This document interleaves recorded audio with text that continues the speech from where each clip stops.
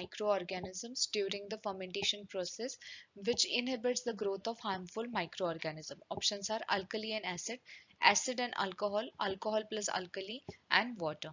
So here the correct option is option number B, acid and alcohol. So there are various type of fermentation processes like the lactic acid fermentation, alcoholic fermentation. So depending upon what type of fermentation, the quantity of the product will differ. For example, lactic acid fermentation, in this mostly the disaccharides or the sugars, these are converted uh, by the yeast. So these are converted by the yeast into simple sugars like the glucose or fructose, and then it is again converted by the lactic acid bacteria into lactic acid and little amount of ethanol. And then second type is the alcoholic fermentation,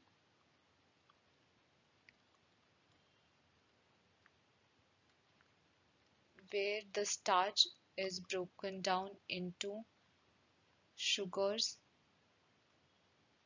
then into simpler sugars like the glucose and fructose, and then into alcohol, mostly the ethanol, and then carbon dioxide and little amount of acid. So depending upon the type of fermentation, the quantity of the acid and alcohol will vary, and when the pH decreases or acidity increases and there is alcohol content, the microorganism, especially the harmful microorganism, cannot survive in that environment. So here the correct option is acid and alcohol.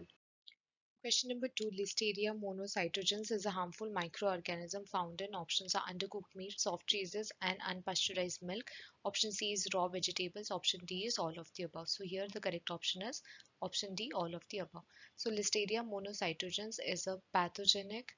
It is a gram-positive microorganism, and it is pathogenic. So it can cause a disease called as listeriosis, which is even lethal, listeriosis, and it is a this organism is facultative anaerobe.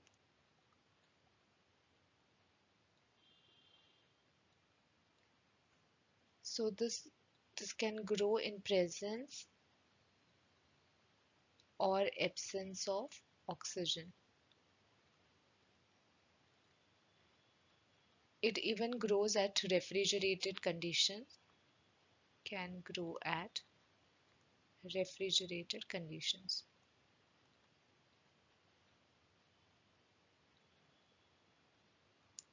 So this is normally found in soil and water and in the environment and environment. So, if the undercooked meat or any raw vegetables or fruits or unpasteurized milk which are not heat treated, or the soft cheeses, these are the products which get contaminated easily with listeriosis or the Listeria monocytogenesis. So here our correct option is option number D. Question number 3. One way to prevent foodborne illnesses from consuming raw fish is to, options are, carefully examine the fish visually and pick out the parasite, freeze the fish at -20 degrees Celsius for at least 7 days, chill the fish before serving, heat the fish but not so much that it becomes opaque. So here our correct option is option number B. So since we are consuming raw fish, we cannot heat it because heating will destroy its raw texture and flavor. So this option is definitely ruled out. But if we want to prevent the foodborne illnesses, if we are heating the food product, then it should be heated till it becomes opaque. Now, we have to chill the fish definitely before serving, but the temperatures are not mentioned, so this option is also ruled out. And The correct option is freezing the fish at minus 20 degrees Celsius. So some of the dishes like the sashimi and sushi, so these are the Japanese dishes, and there are some Italian dishes also which demand the raw fish as their main ingredient. So how to prevent foodborne illnesses? We have to freeze the fish at minus 20 degrees Celsius. This temperature is also minus 4 degree Fahrenheit for at least 7 days. This will inhibit microbial growth and kill the parasites like kill parasites. Now the parasites, there are various ones which cause foodborne illnesses. It can be tapeworm or ringworm, or there is one more called as liver fluke. And the microbes such as the Salmonella, Clostridium, then Listeria, these cause foodborne illnesses. So here, to prevent the foodborne illnesses, we have to freeze the fish at least this temperature, or there is one more temperature which is minus 35 degree Celsius for 15 hours. So both will be right. Question number 4. A virus found in shellfish from contaminated water and foods that are handled by infected individuals are options are influenza, hepatitis A, hepatitis C, and rhinovirus. So here our correct option is option number B, hepatitis A. So hepatitis A is a virus that is mostly present in the air or in the surroundings, and that can contaminate the raw foods. So this can contaminate raw foods, and it can be also present in the shellfish. So it mostly catches the infection through the contaminated water and foods, contaminated water and undercooked or raw foods, contaminated water and raw foods, or even the food which are handled by the infected individuals. The influenza virus, it is caused uh, when a person gets infected through the air, or if he touches any surfaces contaminated contaminated with influenza virus, like any surfaces, or if any person already infected with this virus sneezes or coughs besides that person. Same as the rhinovirus, this is also catch through the air and contaminated surfaces.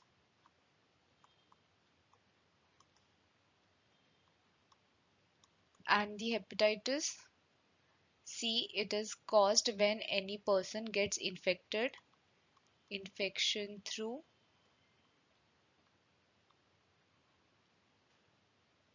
infected needles, infected needles, or this is mostly through the serum,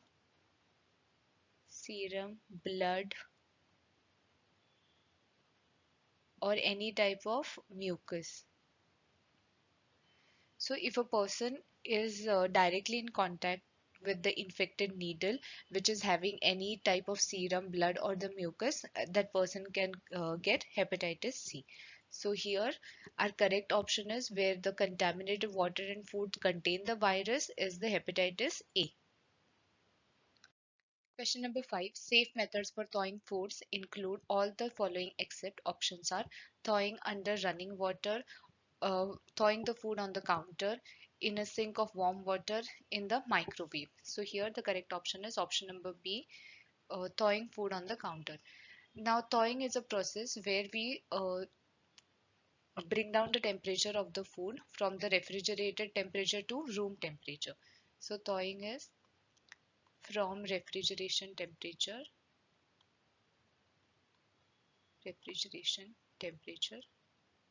to room temperature.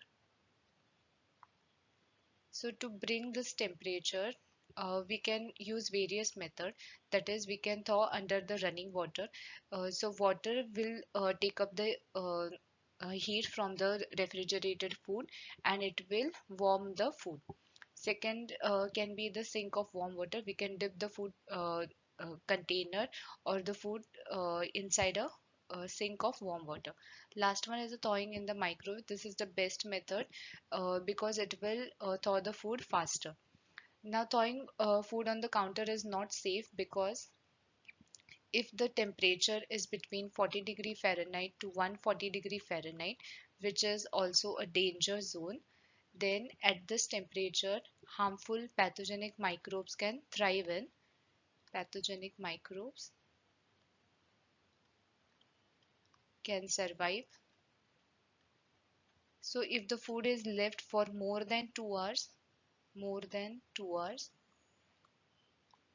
on the counter without attending or without any further processing, then it will definitely encounter with the growth of the microbes. So thawing food on the counter is not one of the safest method. Which of the following is false for the thermal resistance of bacterial cells? Options are: coca are usually more resistant than rot. Cells low in lipid content are harder to kill than other cells. Bacteria that clump considerably or form capsules are difficult to kill. Higher the optimal and maximal temperatures. So here the correct option is option number B, which is a false statement. Now, other conditions like the cocci are usually more resistant. This is because of their unique shape and increase in the surface area. Bacteria that clump considerably or form capsules also have a higher surface area, and thus they will have a higher thermal resistance. Option D is higher the optimal and maximal temperatures, higher will be the thermal resistance. Option B is cells low in lipid content are harder to kill. This is not true because lipids require higher temperature for the degradation. So lipid require higher temperature for degradation. So if the lipid content is high,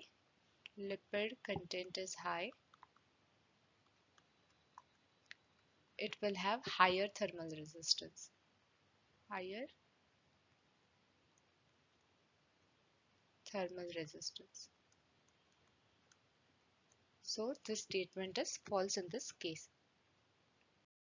Question number 7. The most spoilage bacteria grows at. Options are acidic pH, neutral pH, alkaline pH, and all of the above. The correct option is option number B, neutral pH. So the neutral pH ranges between 5 to 8. Acidic is below 4 and alkaline is above 8. So any slight changes in the neutral pH range will cause the denaturation of protein,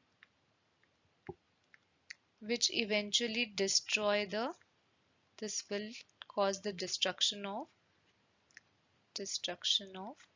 enzymes.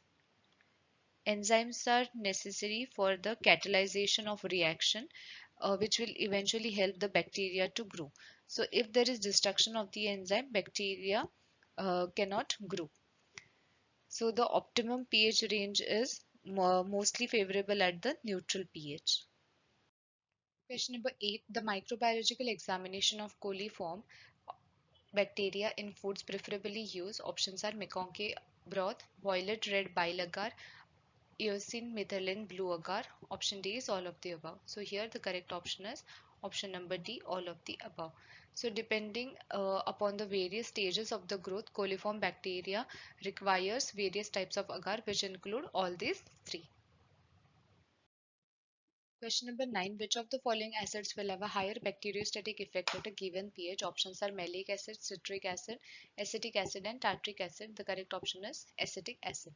So the bacteriostatic effect of any acid will depend upon the two values, that is pKa value and HLB value. So pKa is the dissociation constant of any acid, and second one is the this value determines how easily an acid can penetrate inside a cell of a organism.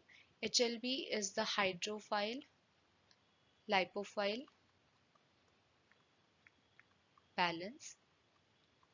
So it is the ratio of hydrophilic over the lipophilic uh, parts of a molecule. So if any acid is having HLB values similar to that of cell membrane, cell membrane, it will have a higher bacteriostatic effect. So cell membrane of bacteria are also having phospholipids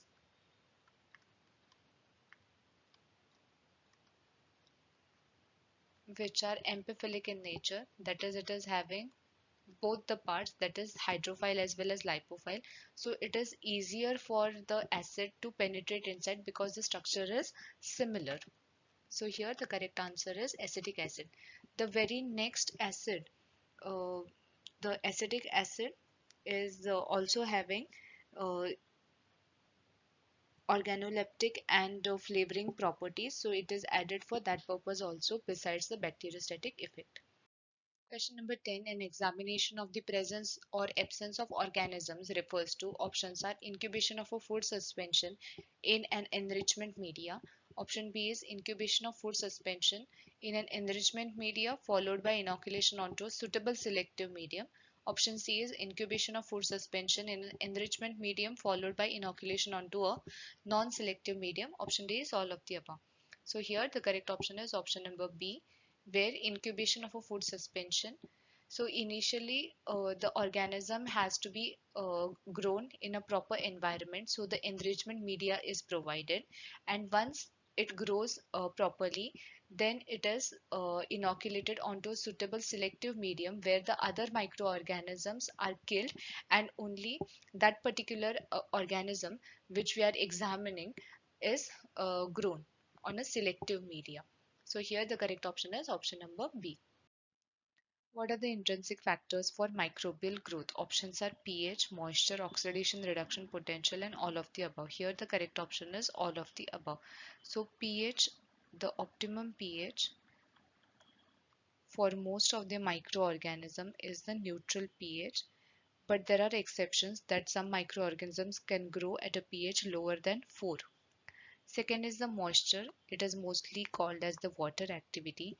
So it is the free or the unbound moisture which can be taken up by the microorganisms for their growth. So if there is a higher water activity, now water activity ranges from 0 to 1, and if the water activity is above 0.65, then most of the microorganism, this is the optimum, most of the microbes can grow. Bacteria needs a higher water activity, so this is the optimum for microorganisms. Third is the oxidation reduction potential. It is the ability to so this is the ability of a substrate to gain or lose electrons, ability to gain or lose electron. So if there is a positive redox potential, now the oxidation reduction potential is also called as redox potential. So if there is a positive redox potential, the microbial growth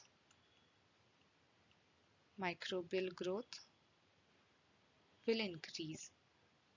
So it will promote microbial growth. So positive redox potential promotes the microbial growth. So here the correct option is option number D. Question number 12. Plate count of bacteria in food generally use the plating medium which consists of options are peptone, glucose, sodium chloride, agar and distilled water. Option B is yeast extract, glucose, sodium chloride, agar and distilled water. Option C is peptone, yeast extract, glucose, salt and distilled water. Option D is peptone, yeast extract, glucose, sodium chloride, agar and distilled water. So here the correct option is option number D. Peptone and yeast extract are high, as well as the glucose are nutrient sources which contains protein as well as starch, and sodium chloride for a saline balance, and agar for the plate count media and distilled water for the solution. So the correct option is option number D. Question number 13. Yeast and mold count determination requires options are nutrient agar, McConkey agar, violet red bile agar. Option D is acidified potato glucose agar. So here the correct option is option number D, acidified potato dextrose agar or starch glucose agar.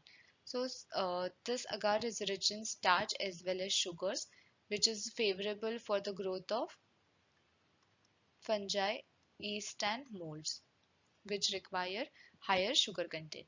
The other agars, such as the nutrient agar, it is specially used for a general purpose, and it is supporting the growth of wide range of non-fastidious organisms. McConkey agar is a selective medium and specially used for uh, isolation and differentiation of non-fastidious gram-negative rods. Non-fastidious. Violet red bile agar is also a selective medium which is specially used for the E. coli bacteria.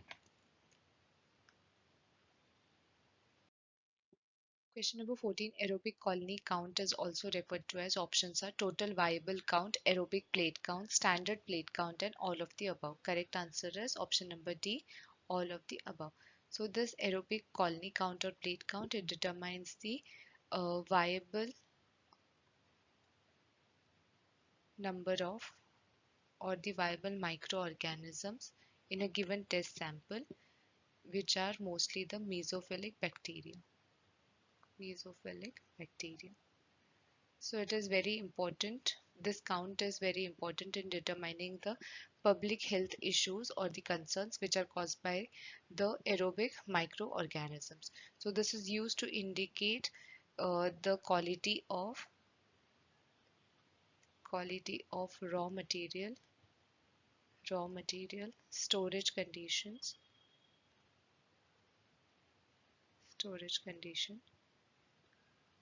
or it can also determine the shelf life of the product,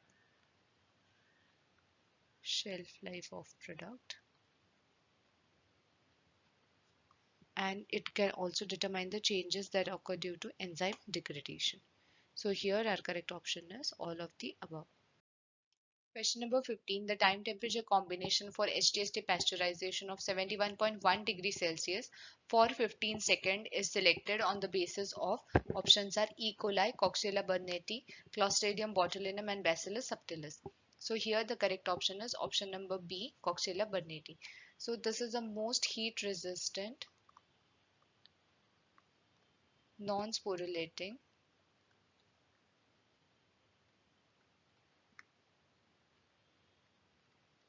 pathogenic microorganism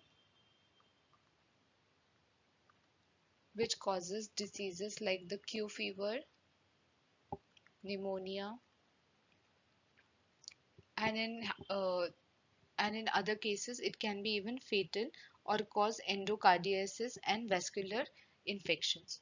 So this organism is chosen as an indicator microorganism for pasteurization, and the indicator is 5 log reductions 5 log reductions of Coxiella in whole milk.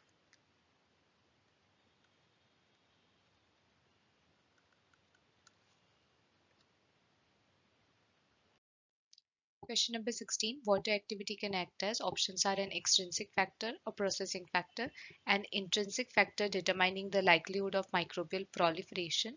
Proliferation means multiplication. And option D is all of the above. So here the correct option is option number C, an intrinsic factor determining likelihood of microbial proliferation. So water activity is denoted by AW, and it is given by the formula as the water vapor or the vapor pressure of the substance divided by vapor pressure of pure water at the same temperature. Both should be at same temperature. So water activity can also be termed as the free or the unbound moisture, free or unbound moisture, unbound moisture that is present in the food. So this is the free water which is taken up by the microbes to grow or to multiply. So that is why this it is an intrinsic factor as it is present inside the food, and it determines the microbial multiplication. So here our correct option is option number C. Question number 17. NaCl can act as options are in transporting nutrients, antagonist at optimal concentration. Option C is synergistically if added more than optimum level. Option D is both A and B. So here the correct option is option number D, both A and B. Now NaCl, especially the chloride, has the ability to cross the membrane, and thus it will transport the nutrients, and it also maintains the acid-base balance. Now antagonist at optimal concentration, NaCl will act as this due to the cation, which is sodium, which is responsible for blocking the other cations which are and thus act as an antagonist. So here the correct option is option number D. Question number 18. Traveler's diarrhea is caused due to the toxin produced by options are Clostridium, Bacillus, Escherichia and Yersinia. Correct option is option number C, Escherichia. Escherichia is also called as Escherichia coli, that is E. coli, and the toxin it produces is called as enterotoxin. So the sources of the E. coli is mostly the soil and water,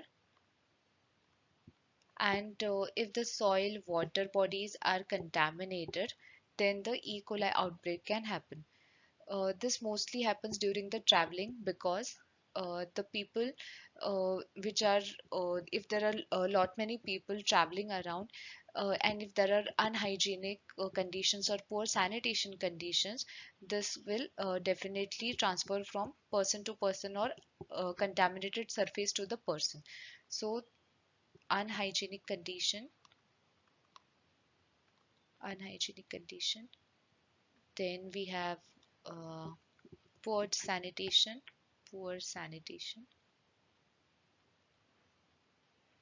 So these are some of the reasons why E. coli gets transferred from one person to another, especially during traveling. Question number 19. Staphylococcus aureus poisoning symptoms occur within dash hours of food digestion. Options are 2 to 6 hours, 1 to 2 hours, 5 to 72 hours, and 12 to 36 hours. Correct option is option number A, 2 to 6 hours. So Staphylococcus aureus is a gram-negative pathogenic bacteria which causes foodborne illnesses when contaminated food or water is consumed, and the symptoms include nausea, vomiting, diarrhea, and in higher cases it can be even fatal. So the symptoms starts from 30 minutes to 8 hours of consumption, 30 minutes to 8 hours of contaminated food consumption. So here the correct option is 2 to 6 hours. Question number 20. Musty odor and taste in root beer is caused by options are Clostridium, Achromobacter, Bacillus and Aspergillus. Correct option is option number B, which is Achromobacter. So root beer is not the regular beer. It is prepared using the roots, and it is mostly non-alcoholic in nature, and it is prepared in North America. So it contains the sassafras root along with sarsaparilla, which is a flavoring agent, and also one more herb which is wintergreen. So Achromobacter can cause musty odor and taste in the root beer. Question number 21. Molds found growing in jellies and candied fruits can grow in sugar concentrations up to options are 67.5%, 60%, 67%, and 65%. So here the correct option is option number B, 60%.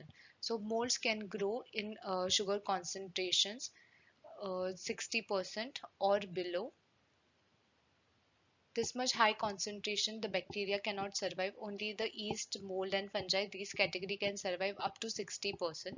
So anything above higher than this percentage of the sugar or the salt concentration, mold and fungi will not grow.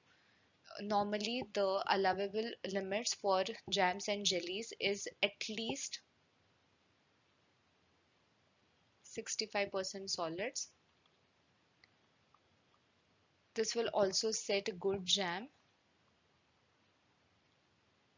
or jelly, and this will also prevent yeast and mold growth. On the safer side, we have to keep at least 65%. The jams can have even higher percentage, that is up to 68% of sugars or the total soluble solids. Question number 22. The pigment pyoverdine in meat is produced by options are Serratia, Pseudomonas, Bacillus and the Vibrio. Correct option is option number B, Pseudomonas. So pyoverdine is a pigment which is fluorescent in color, and it is produced by Pseudomonas, which also act as ion carrier as well as it gives important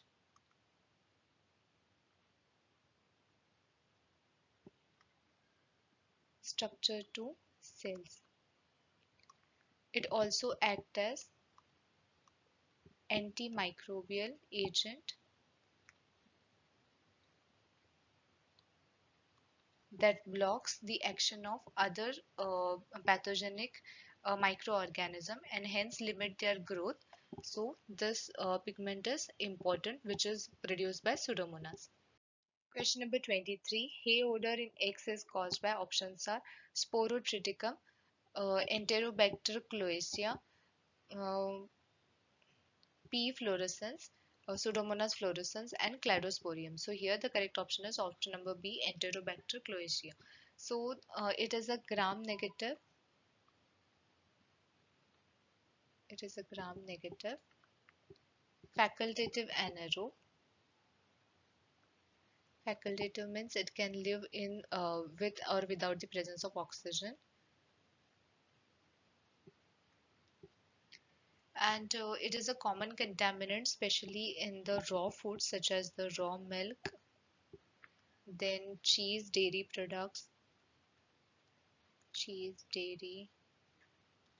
poultry, especially the eggs, and it is normally found in soil, water, and sewage. So it can cause pneumonia,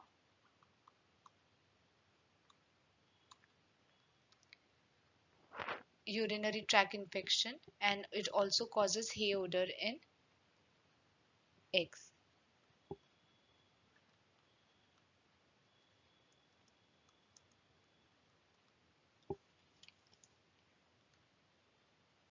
Question number 24. Dash are not osmotrophic. Options are yeast, fungi, molds, and algae. So here the correct option is option number D, that is algae.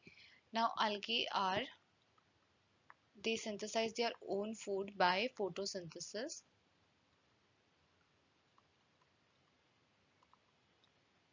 So they doesn't require, so these are called as autotrophs and they are not dependent on the other organisms for their food.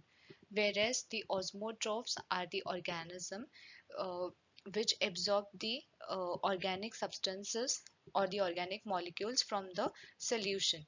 So they require the other organisms to degrade and then they will absorb the micronutrients from that dead organism. So yeast, fungi and mold, this is the category of the organism which are called as heterotrophs. These are all heterotrophs which depend, these organisms depend on other organism for their food,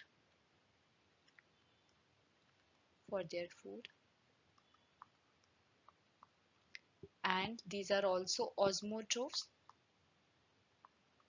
which absorb nutrients from other organisms for their growth. So here the correct option is algae, which is not osmotrophic but autotrophic. Question number 25. Dash are the primary producers which are a source of various nutrients and are usually of aquatic habitats. Options are yeast, fungi, molds and algae. Correct option is option number D, algae. So algae are the aquatic photosynthetic organism that produce oxygen and act as a source of crude oil. So they contain various nutrients.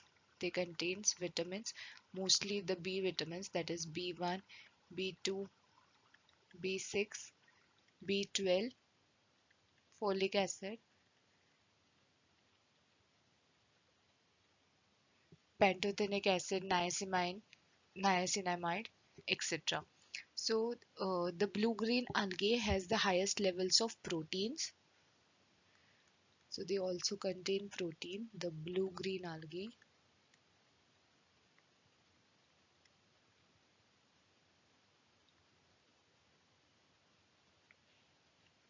It contains around 40 to 60% protein.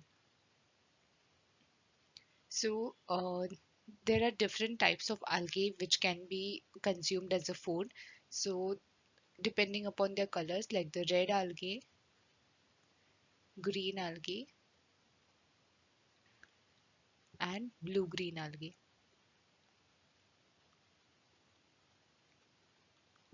There is one more called as brown algae. So the brown algae is also called as kelp. This is one of the brown algae is the kelp. Then the green algae is the spirulina.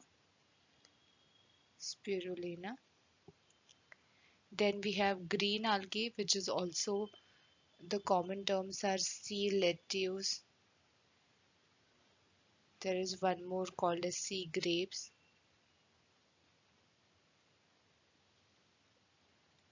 And red algae is also called as dulse or nori. Dulse or nori. So, depending upon their color, they shaded. And algae are a very rich source of nutrients, especially for the vegetarian or the vegan people, because they contain the essential vitamins, which are generally lacking or are in a very less amount in fruits and vegetables.